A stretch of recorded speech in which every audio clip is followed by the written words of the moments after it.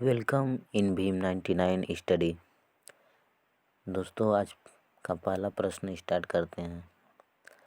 प्रकाश की किरण गमन करती है तो प्रकाश की किरण एक सीधी रेखा में गमन करती है। अगला प्रश्न, प्रकाश का वेग न्यूनतम होता है तो प्रकाश का वेग कांच में न्यूनतम होता है। अगला प्रश्न, मोटर गाड़ी के चालक के सामने लगा रहता है। मोटर गाड़ी के चालक के सामने उत्तल दर्पण लगा रहता है। अगला प्रश्न, मोटर कार के हेडलाइट में किसका प्रयोग होता है? उत्तर, अवतल दर्पण। अगला प्रश्न, समतल दर्पण द्वारा बना प्रतिबिंब होता है तो समतल दर्पण द्वारा बना प्रतिबिंब काल्पनिक होता है। अगला प्रश्न, लेंस की क्षमता का मात्रक होता है तो लेंस की क्षमता का मात्रक डायोप्टर होता है। अगला प्रश्न, प्रकाश की किरण का पथ दर्शाने वाले चित्र को कहा जाता है तो प्रकाश की किरण का पथ दर्शाने वाले चित्र को किरण आरेख कहा जाता है। अगला प्रश्न, दो डायोप्टर क्षमता वाले लेंस का फोकसांतर होता है तो दो डायोप्टर वाले लेंस का फोकसांतर 50 सेमी होता है। देखिए, एफ बराबर होता है, ये डी बराबर होता है एफ बटा में, ये 1/एफ। तो आपका 2 दिया है डी बराबर और 1/एफ दिया है आपका, एफ पूछ रहा है यहाँ पे 100/एफ। तो एफ बराबर हो जाएगा 100/2। इसे काट देंगे, आएगा 50। अगला प्रश्न, किस उत्तल लेंस का फोकसांतर 50 सेमी है उसकी क्षमता होगी? तो अभी प्रश्न किए थे हम लोग, इसका होगा 2 डायोप्टर।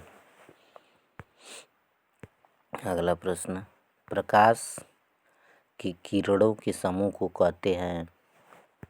आंसर हो जाएगा किरण पुंज। अगला प्रश्न, उत्तल लेंस की क्षमता होती है तो उत्तल लेंस की क्षमता धनात्मक होती है। अगला प्रश्न, अवतल लेंस की क्षमता होती है तो अवतल लेंस की क्षमता ऋणात्मक होती है। अगला प्रश्न, उत्तल लेंस को कहते हैं तो उत्तल लेंस को अभिसारी लेंस भी कहते हैं। अगला प्रश्न, अवतल लेंस को कहते हैं तो अवतल लेंस को अपसारी लेंस भी कहते हैं। अगला प्रश्न, निम्नलिखित में से कौन सा पदार्थ लेंस बनाने के लिए प्रयुक्त नहीं किया जा सकता? आंसर हो जाएगा मिट्टी।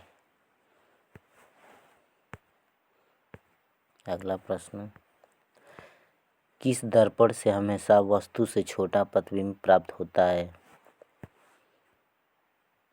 उत्तर, उत्तल दर्पण।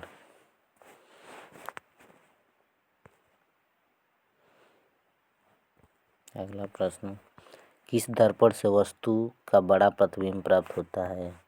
उत्तर, अवतल दर्पण।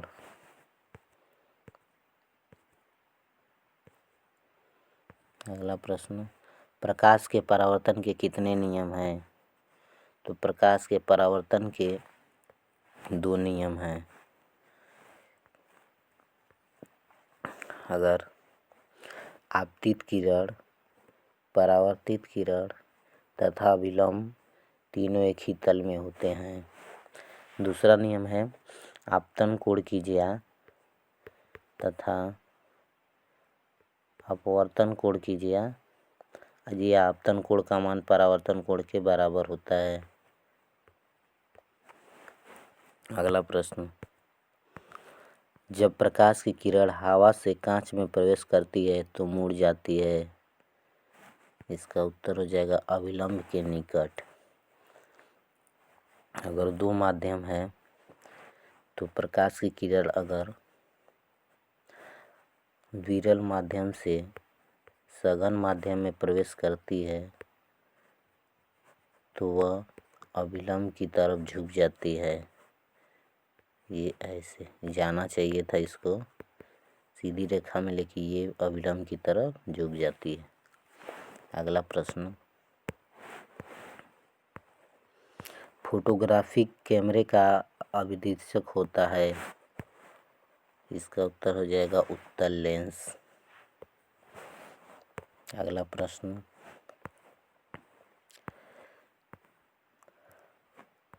साइड माइरर के रूप में प्रयुक्त होता है। तो साइड माइरर के रूप में उत्तल दर्पण का प्रयोग होता है। अगला प्रश्न, एक अवतल दर्पण की फोकस दूरी 10 सेमी है तो उसकी वक्रता त्रिज्या होगी। तो आंसर हो जाएगा 20 सेमी।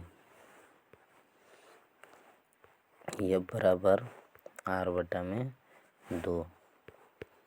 r आपका पूछ रहा है और ये 10 दिया है। r/2 2 का इधर गुणा करेंगे तो r बराबर 20। अगला प्रश्न, निर्गत किरण एवं अभिलंब के बीच की कोण को कहते हैं। आंसर हो जाएगा परावर्तन कोण। अगला प्रश्न, सरल सूक्ष्मदर्शी में किसका उपयोग होता है। तो सरल सूक्ष्मदर्शी में उत्तल लेंस का प्रयोग होता है। अगला प्रश्न,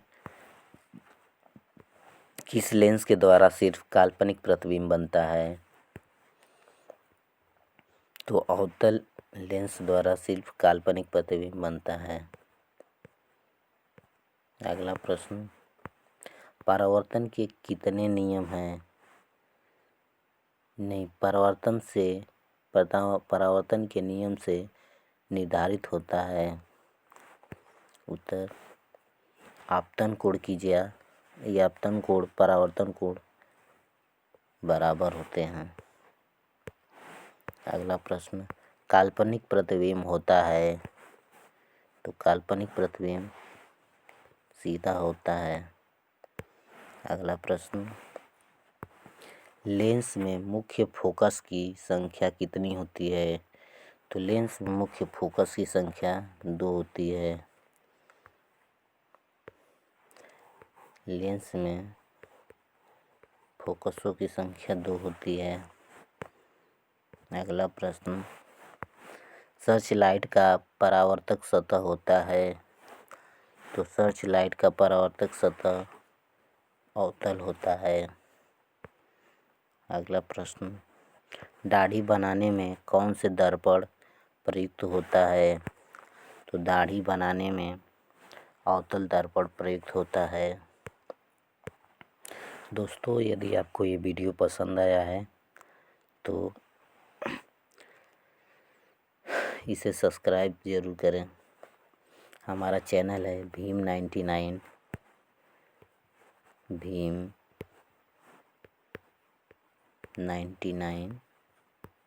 स्टडी। धन्यवाद।